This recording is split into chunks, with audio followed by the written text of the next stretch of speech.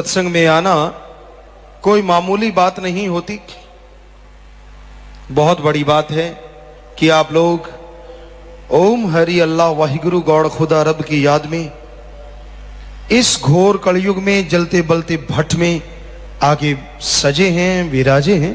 मालिक की कृपा है, मालिक का रहमो करम है। ये बहुत घोर कलयुग है, बड़ा भयानक समय है।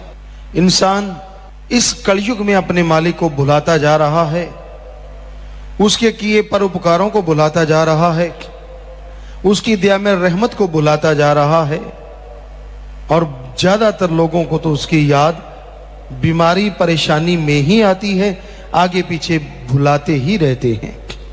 तो ऐसे कलयुग में, ऐसे भयानक समय में सत्संग में आना बहुत बड़ी बात है, लेकिन सुन के अमल कमाना अपने भाग्य को बदलने की बात है। अगर आपको लगता है कि आप अनलक्की हैं, आपको लगता है कि आप भाग्यहीन हैं, आपको लगता है कि आप कभी भाग्यशाली बन नहीं सकते, तो सत्संग सुनो और अमल करो, मेहनत करो। मालिक ने चाहा आप अपने भाग्य आप बदल डालेंगे। सत्संग में वो मेथड, वो युक्ति मिलती है जिससे इंसान अपना भाग्य बदल सकता है। हमारा फर्ज आपको बताना है, उस पे आप अमल करते हो या नहीं करते वो आपकी मर्जी है। पर एक कहावत है, कहते हैं कि बच्चे को कोई खिलाता है मां बाप को, बच्चा बड़ा प्यारा होता है।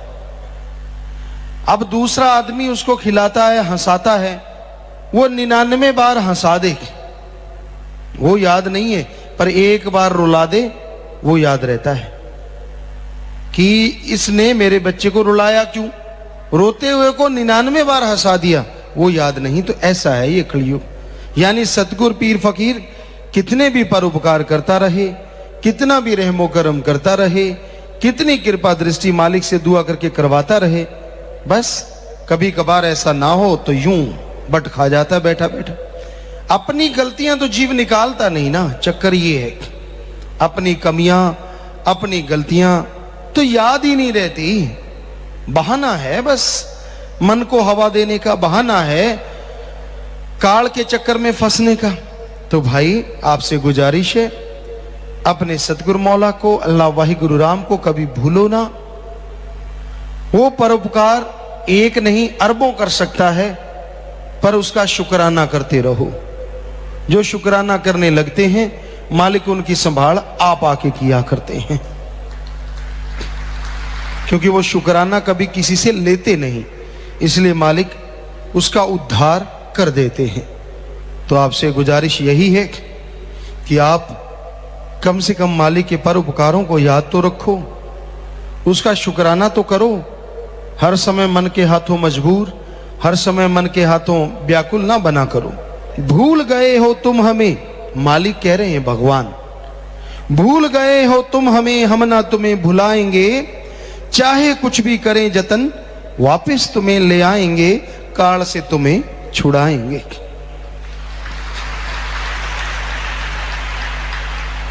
तो वो मालिक, वो अल्लाह, वो वाहिगुरु, वो राम संतों द्वारा जीव को कहते हैं कि भाई तू तो हमें भूल गया है, तू तो पल में भुला देता है, जरा सी तेरी मन की बात ना हो तू तो मरोड़े खा जाता है, अकड़ जाता है। लेकिन हम ना तुम्हें भुलाएंगे, कभी नहीं छोड़ेंगे। सवाल पैदा नहीं होता, तू अगर बुरे कर्म भी करेगा तो भी ऊपर रूहानी मंडलों में भयानक सजा तो है, पर काल के हाथों फिर भी तुझे नहीं देंगे, ये हकीकत। चाहे कुछ भी करें जतन, वो मालिक संतों द्वारा कहलवाता है कि कोई भी जतन करना पड़े वापस तुम्हें ले जाएंगे। वो संतों द्वारा सत्संग लगवाते हैं, जीवों को समझाते हैं, जहां जहां स्क्रू ढीले हैं संतों के वचनों द्वारा कसवाते हैं। कौन सा पुर्जा ढीला हो गया, अब दिमाग में कचरा भर गया, अब अकड़ा बैठा है, बेसन के पकौड़े की तरह अकड़ जाता बैठा बैठा। एक सज्जन से किसी ने पूछा, यार तेरे घर वाली रूठी ही रहती है, चक्कर क्या है? माता बहनों बुरा ना मानना, वैसे आप में आदत होती है। तो वो कहने लगा यार क्या बताऊं, मत पूछ। कहता फिर भी बता तो दे, ये बात बात पे क्यों रूठ जाती है। कहता यार क्या बताऊं, मैं बैठा हूं आराम से, कोई बात नहीं है, मेरे पे गुस्से होने लगी। तो मैंने पूछा बात क्या हुई। कहती हवा इधर से क्यों आ रही है, बताओ इसका क्या हल है। आदमी होके मैं हवा को कैसे बदल सकता हूं कि हवा इधर से ना आए। कहता मैंने कहा चलो मैं खड़ा हो जाता हूं उधर।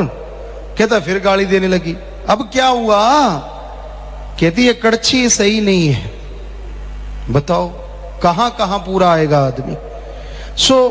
ऐसा ही है आज कलयुग में गुरसिख जो अपने आप को मुरीद कहलाते हैं। मुरीद का मतलब होता है मर मिटे। सदगुरु का वचन है जैसा कहे वैसा चले, मुर्दे के समान। लेकिन यहां मुरीद तो कुछ और ही मुरीद है। या तो कहते गुरु मेरी तरह चले, ऐसे क्यों नहीं किया, वैसा क्यों नहीं, ऐसे होना चाहिए, मेरे हिसाब से ये होना चाहिए, मेरे हिसाब से वो होना चाहिए। तेरे हिसाब से तो रिमोट होना चाहिए, तेरे हाथ में हो। जब बटन दबाए मालिक प्रकट हो जाए, जो चाहे मालिक से मांग ले, जब चाहे मांग ले, फिर तो मजे हैं। ये हो नहीं सकता, संभव तो है, ऐसा संभव है। मालिक रिमोट की तरह काम करेगा। आप सुन्न समाधि में जाओ, 10वां द्वार खोल लो, नूरी स्वरूप के दर्शन कर लो, वो वाकई रिमोट आपके हाथ में रहेगा अपना। चलो करो ऐसे, अगर आपको इच्छा है ना मालिक को कैसा अपना बनाना है तो चलो ऐसे कर लो। इसमें क्या है, रोट पाड़ते रहते हो, छोड़ते नहीं कोई भी सामान। क्या भगवान का नाम लेना ही मुश्किल है, उसमें क्या दुख आता है, क्या तकलीफ आती है बताइए। नाम आपको मिल गया, वो दिमाग में फिट हो गया। जीबा तो हमेशा ही चलती रहती है, ये 2.5-3 इंच की, यही तो रुकती नहीं। तो इसको राम नाम की तरफ चला के तो देखो। झूठ बोलते हो, चुगली निंदा करते हो, छल फरेब करते हो, भ्रष्टाचार करते हो, उसके लिए स्कीमें बनाते हो, शातिराना सोच सोचते हो। अरे थोड़ी सी देर राम नाम, अल्लाह वाहिगुरु गॉड खुदा रब का नाम लेके देखो, यकीन मानो आपकी तमाम परेशानियां शनै शनै धीरे धीरे दूर होने लगेंगी। तो आज कलयुग है, इस कलयुग में जीव नमक हराम होते जा रहे हैं।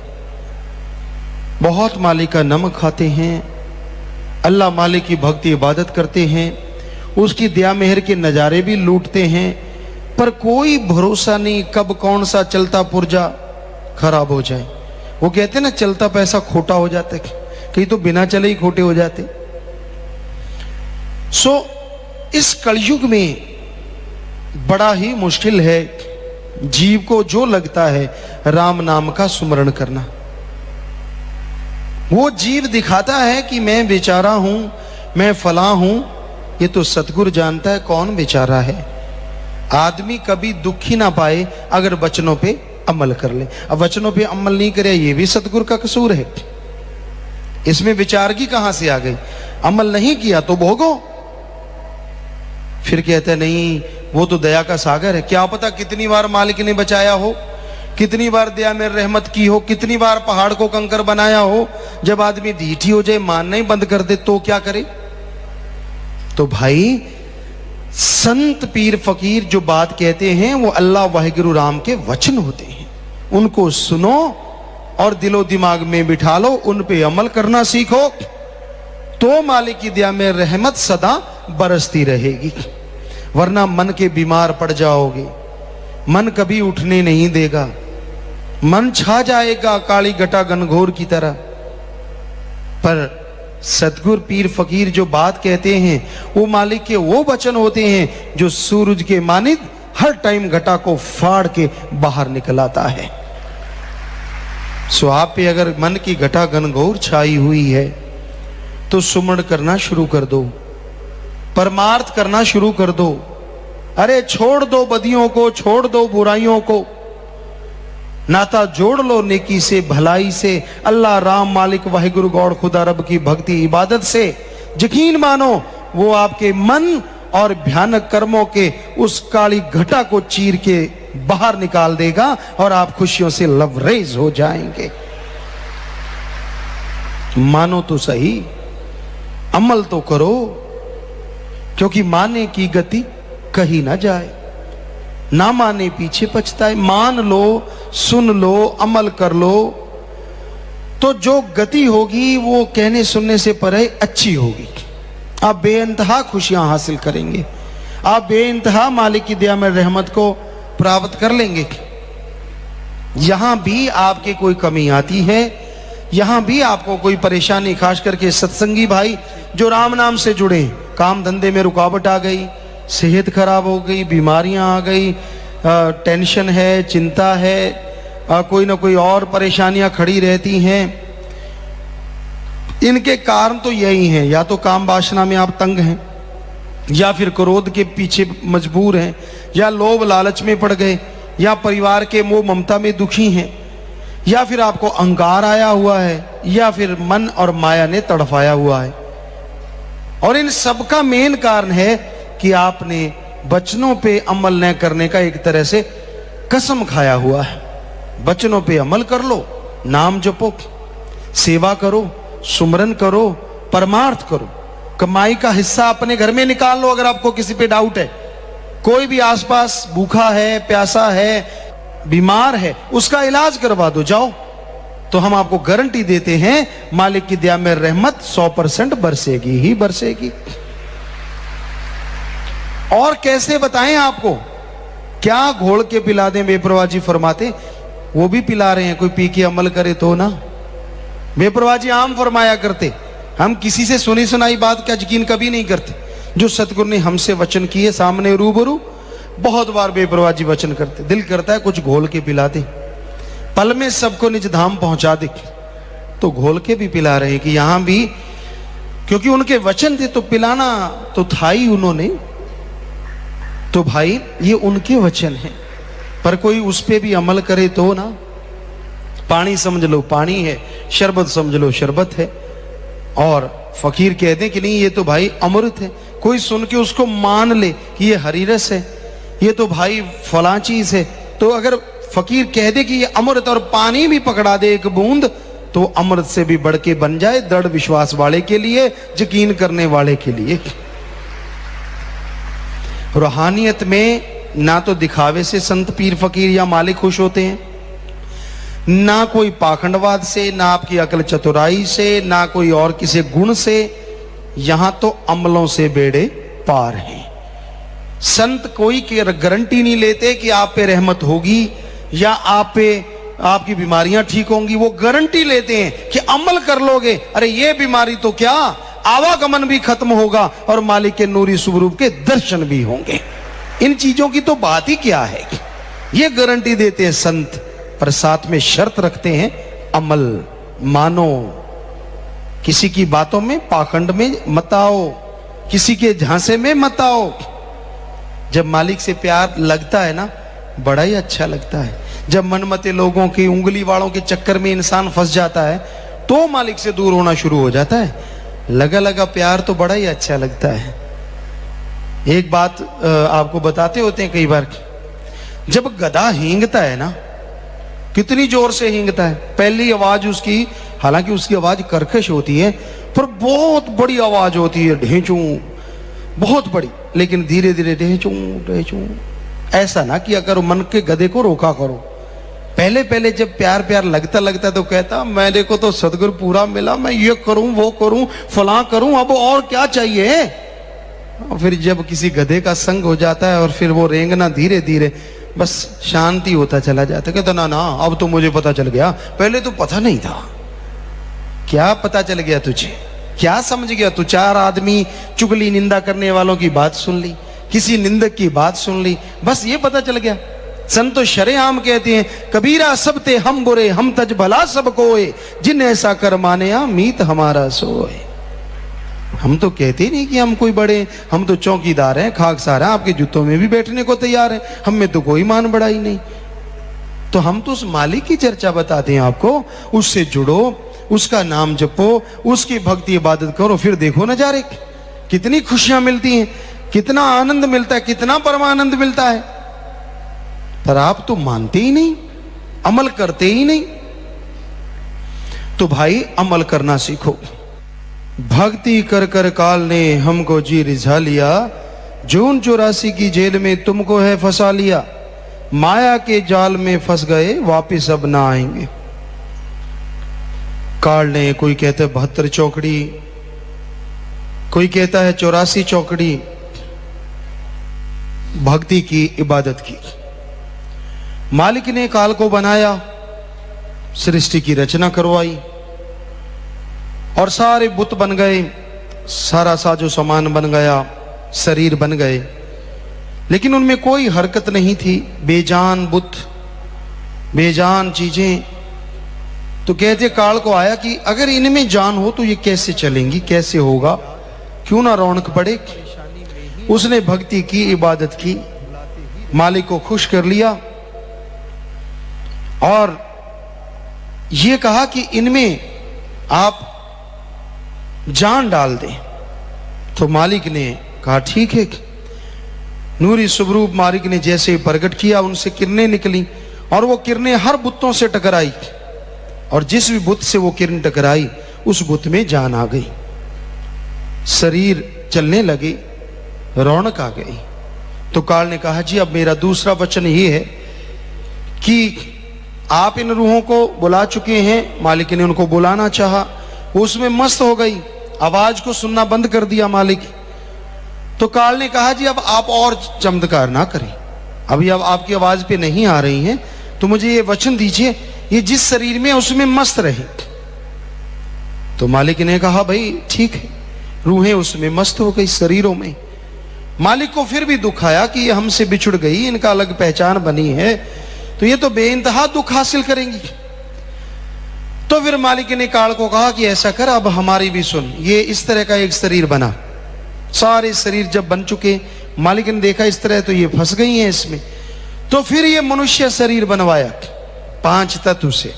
मालिक ने अपने हुक्म से जैसा कहा बनवाया और फिर इसमें कहा कि इसमें जो रूहें आएंगी वो कुछ हद तक खुद मुख्तियार होंगी और उसमें अगर आके ये मेरा नाम जपेंगी तो तेरे इन शरीर के जकड़ों से, जन्म मरण के चक्कर से, आवागमन से आजाद होके पुण्य निज धाम सचखंड सतलोका नामी आ जाएंगी।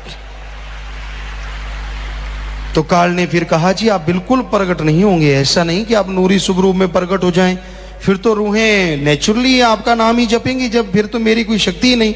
तो मालिक ने कहा ठीक है, हम ये वचन देते हैं कि बिल्कुल नूरी सूर में इस तरह से हम प्रकट बिल्कुल शरेआम नहीं होंगे, लेकिन अगर कोई भक्ति करेगा तो उसे हम जरूर दर्श दीदार मृत्यु लोक में भी जरूर देंगे। तो भाई अब मर्जी आपकी है, मालिक ने आपको भेजा, उस पर गुस्सा होने की जरूरत नहीं। बुलाने के लिए पीर फकीर भी भेज दिए, उस तक जाने का रास्ता भी बता दिया। अब आपको प्यास लगी है, बुरा हाल है प्यास में, किसी को कभी लगी हो और पानी ना मिला हो वो जानता है प्यास क्या होती है। जिनके पास पहले ही बोतलें रखी पड़ी हैं उनको क्या पता प्यास क्या होती है। तो बड़ा बुरा हाल हो जाता है आदमी का।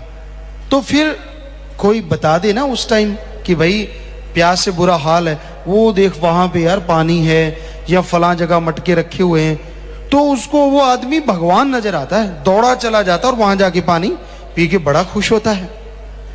तो उसी तरह आप जन्मों जन्मों से प्यासे हैं, मालिक से भटक रहे हैं, संत पीर फकीर बता देते ले भाई ये नाम, इसका जाप करना, तेरी जन्मों जन्मों की प्यास बुझ जाएगी, मालिक के दर्शन भी होंगे और आवागमन से दुनियावी दुख चिंता परेशानियों से भी आजाद हो जाएगा। अब बता, अगर तू ही रास्ते पे ना चले, तू ही ना पहुंचे, तो इसमें दोष संतों का है? किसका दोष? खुद का दोष है। पर यही आज कलयुग में हैरानी है, दोषी होता भी इंसान अपने आप को दोषी नहीं कहता, हमेशा मालिक पे, दूसरों पे, दूसरे के कर्मों पे, दूसरे की निगाह पे शक करता रहता है। कभी अपने बारे में नहीं सोचता कि मैं कितना घमंडी हूं, कितना अहंकारी हूं, कितना ईगोनेस बड़ा हूं। कोई बात ही नहीं सुनता, कोई अमल ही नहीं करता। संत कहते मैं पहले ही काट देता हूं। संतों के वचन पहले श्रद्धा से ध्यान से सुनो, फिर अमल करो, और पूछना पड़े तो फिर पूछो, संत उसका जवाब जरूर देते हैं। श्वासों की पूंजी दी तुझे, सच्चा करन व्यापार जी, सच का सौदा किया ना पूंजी जुए हार दी। ये ना सोचा तुम कभी आगे क्या दिखाएंगे। तुझे श्वासों की कीमती पूंजी दी थी, संत भेजे उन श्वासों की पूंजी को राम नाम में लगाने के लिए। मालिक कह रहे हैं कि संतों को भेजा कि तेरे जो श्वास हैं उनको तू मेरी याद में लगा दे। पर हे बंदे, तूने संतों की एक ना सुनी, हर टाइम मन और मनमते लोगों के चक्कर में फंसा रहा, काम वासना क्रोध लोभ मोह अहंकार में फंसा रहा। क्षणिक आनंद के लिए उस परमानंद के स्वामी को त्याग दिया, क्षणिक आनंद के लिए सारे कौल इकरार पल में तोड़ दिए। बड़े बड़े कौल इकरार करता था, बड़ा बनता था, ये करूंगा वो करूंगा। मालिक एक बार सब गुनाह कबूल करता था। कहां गई तेरी अणख, कहां गई तेरी गैरत, कहां गई तेरी सोच? क्यों नहीं लानत आती अपने मन पे? क्यों लानत देता है भक्ति को? क्यों लानत देता भक्ति वाली जिंदगी को? क्यों नहीं लानत देता अपने मन को?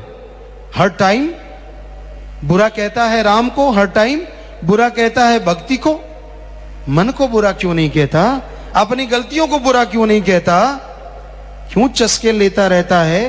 बुराई बुराई बुराई बुराई हर समय सोचता रहता है भाई। और फिर जब बुराई पल्ले पड़ जाती है फिर कहते हैं ये कोई जिंदगी है? संत पीर फकीर तो ऐसी जिंदगी बख्शते हैं जो देवी देवताओं की भी जिंदगी नहीं है, वो भी तरसते हैं। पर कोई उनके वचनों पे अमल करे तो वो नजारे मिले ना, क्षणिक आनंद नहीं। ये जो मुंह का स्वाद है, इंद्रियों के भोग विलास का स्वाद है, जो क्षणिक होता है, ये नहीं, वो परमानेंट स्वाद देते हैं और अरबों खरबों गुना बढ़ के इससे जो हमेशा बना रहता है, इंसान को निर्भय रखता है, निर्वैर रखता है। और इंसान हमेशा गम चिंता परेशानियों से आजाद होकर मालिक की खुशियों में माला माल रहता है। तो भाई संतों के वचन सुनो, उस पे अमल करना सीखो, तो जरूर मालिक की दया में रहमत होगी, उसकी खुशियों के हकदार आप बनते जाओगे। श्वासों की पूंजी दी मालिक ने, उसको भूल गया, उसकी तरफ ध्यान नहीं दिया, लगा रहा झूठ फरेब में, लगा रहा बुरे कर्मों में। तो कैसे खुशियां मिलेंगी? कैसे मालिक की दया में रहमत के काबिल बनेगा? पहले नाम ले, फिर नाम का जाप कर, वचनों पे अमल कर, फिर देख नजारा, देख कैसे खुशियां बरसती हैं। अरे जो चेहरा हमेशा ही 4:45 बजे रहते हैं, 4:45 बजे रहते हैं, वो हमेशा यानी 4:40 ही रहते हैं, मुंह लटका रहता है। 4:40 4:45 नहीं, उसमें तो फिर भी होंठ थोड़ा ऊपर चला जाता है। चेहरे पे जो सलवट पड़ी रहती है, जैसे खेस दरियों पे होती है, नाम जप के तो देख 10-10 हो जाएंगे, वो तमाम खुशियां हो जाएंगी, वो तमाम नजारे मिलने लग जाएंगे। मुस्कुराने का मतलब हमारा 10-10 का मतलब ये नहीं होता कि सारा टाइम ही करते रहो। 10-10 का मतलब होता है चेहरे पे खुशी हो, चेहरा नूर से भरा हो। और जब खुशी होती है तो नेचुरली हंसते हैं और फिर उसमें वही 10-10 हो जाते हैं। 4:40 ना होने दिया करो, 9:15 विच काम चल जाता है। यानी अगर ज्यादा हंसते नहीं, ज्यादा मुंह लटकाते नहीं तो भी काम चल जाएगा। मुंह क्यों लटकाते हो? क्यों टेंशन में पड़ जाते हो? चिंता किस बात की? आप कहते ना जी गुरुजी आप तो संत हो, आपको कोई फिक्र नहीं, फाका नहीं। हाँ, हम तो घर गृहस्थ वाले हैं, हमें तो बड़ा फिक्र रहता है।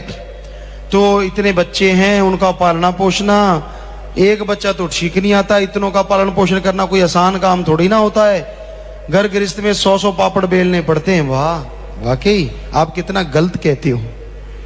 आपको 2-4 बच्चों का फिक्र है, इधर दोनों जहान का फिक्र फकीरों को लगा रहता है कि उनकी इतनी औलाद होती है जितनी मालिक की संतान, वो सारी फकीर की औलाद होती है। सबका फिक्र होता है, कोई गंदगी कर रहा है, बुरे कर्म कर रहा है, उसका भी फिक्र लगा रहता है। क्या ये भी कभी सुधरेगा मालिक? क्या इसको भी कभी अकल आएगी? हमेशा उसी ध्यान में रहते हैं। अरे घर गृहस्थ का फिक्र है तो क्या हुआ, राम नाम दे दिया, मेहनत करो, कमाई करो, हक हलाल की रोजी रोटी खाओ। टेंशन आएगी, दृढ़ विश्वास रखो, टेंशन ऐसे उड़ जाएगी जैसे गधे के सिर से सींग, पता ही नहीं चलेगा कि टेंशन थी भी।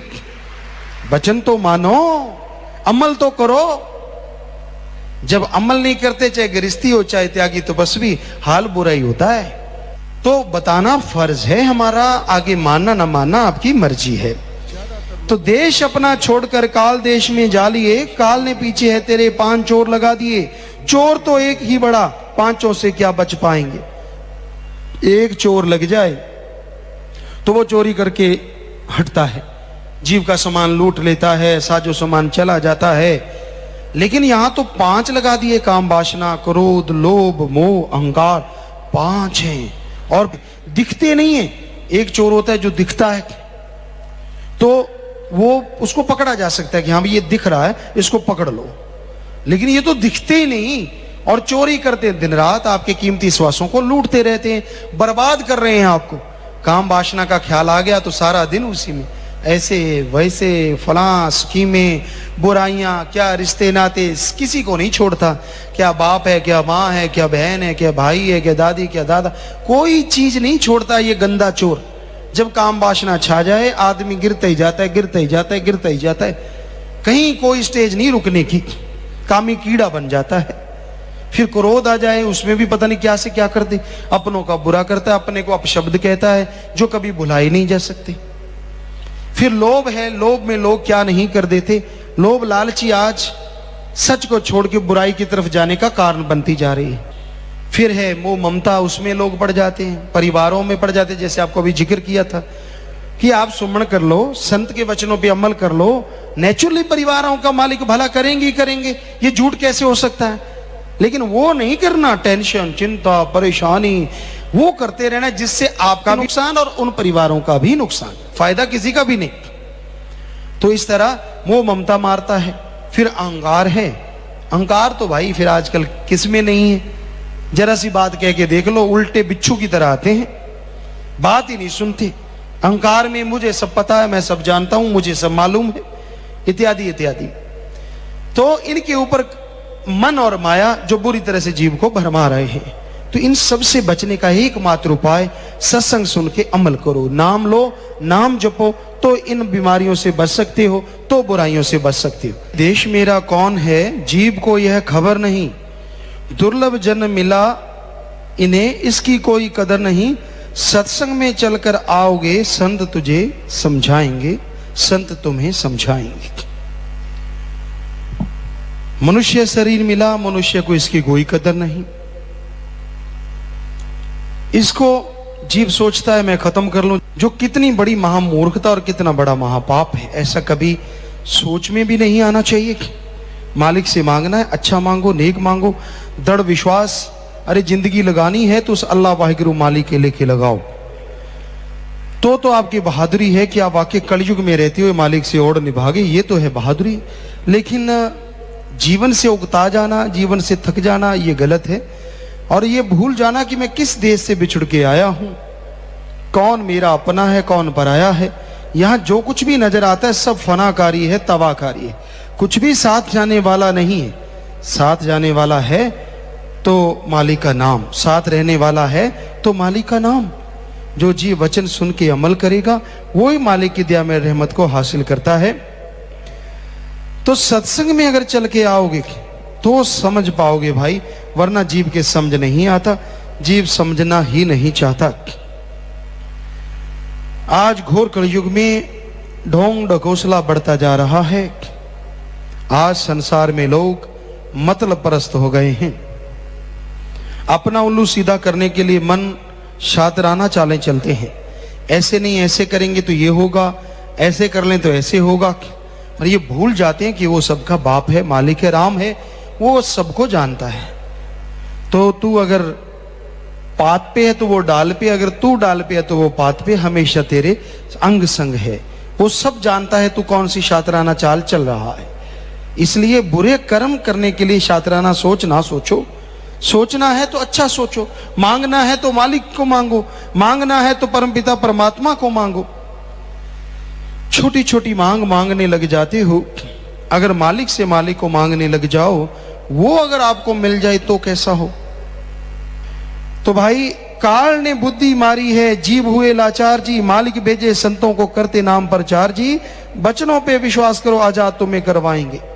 काल ने बुद्धि विवेक खत्म कर दिया है जीव का, उसका सोच का दायरा नैरो माइंडेड, बिल्कुल तंग दायरा है, बस वहीं तक सीमित है, बाल बच्चों तक, काम वासना तक, क्रोध लोभ मोह अहंकार तक उसी में घूमता रहता है। उसके अलावा बाकी सारी चीजें कोई असर नहीं करती। कोई वचन, कोई बातें, कोई अच्छी नेक का चर्चा करो, उनको भाती नहीं, बुराई बुराई चर्चा चलती रहती है। तो दृढ़ विश्वास करके आगे बढ़ो, ये घोर कलयुग है। वचनों पे विश्वास करो। यकीन नहीं करते तो खुशियां कहां से मिलेंगी? डॉक्टर पे भी यकीन करना पड़ता है, तब जाके इलाज होता है। बस पे यकीन करना पड़ता है, तब जाके यात्रा होती है। तो संतों के वचनों पे विश्वास क्यों नहीं? उन्होंने आपसे क्या लेना है? क्या बैर विरोध है? आप अपनी जिंदगी जी रहे हैं, जियो। पर अगर आप बुरे कर्म करते हैं, उनको तरस आता है कि ऐसे कर्म करोगे फिर ये बीमारियां, फिर ऐसी भयानक दशा, फिर आपका ये हाल होने वाला है। इसलिए वो आगाह करते हैं, मत करो मत करो बुराइयां। आपको लगता है वो आपके दुश्मन हैं? जी नहीं। अगर बच्चे को माँ बाप कहते कि सांप ना पकड़, वो माँ बाप क्या बच्चे के दुश्मन हो गए? अगर माँ बाप बच्चे को कहते हैं अंगारा लाल जरूर है पर हाथ को जला देगा, मत पकड़, तो क्या माँ बाप उसके दुश्मन हो गए? सवाल पैदा नहीं होता। तो उसी तरह संत पीर फकीर कभी किसी से बैर नहीं रखते। जो चीज लगता है फ्यूचर में, बच्चा तो मांगता है, डिमांड करता है, ये चीज दे मुझे, वो चीज दे, लगता है कि ये चीज इसके फ्यूचर के लिए बुरी है, वो उसे कभी नहीं देते। बाकी जीव की मर्जी, अगर धक्का करता है तो वो अपने कर्मों का खुद जिम्मेवार बन जाता है, फिर भोगता रहता है। तो संत तो सबका भला चाहते हैं, भला मांगते हैं, नशा छुड़वाते हैं, बुराइयां छुड़वाते हैं, और जो जीव सुन के अमल करते मालिक उन्हें खुशियां बख्शते हैं। इंदिरामती कबीर जी से नाम लिया, सुमन किया करती थी। सुमन करके जब 10वां द्वार खुला, अंत्यकरण में वो रूहानियत के नजारे नजर आने लगे, नूरानी स्वरूप के दर्शन हुए। तो देखा सतपुरुष की जगह कबीर जी के दर्शन हो रहे हैं नूरी स्वरूप के।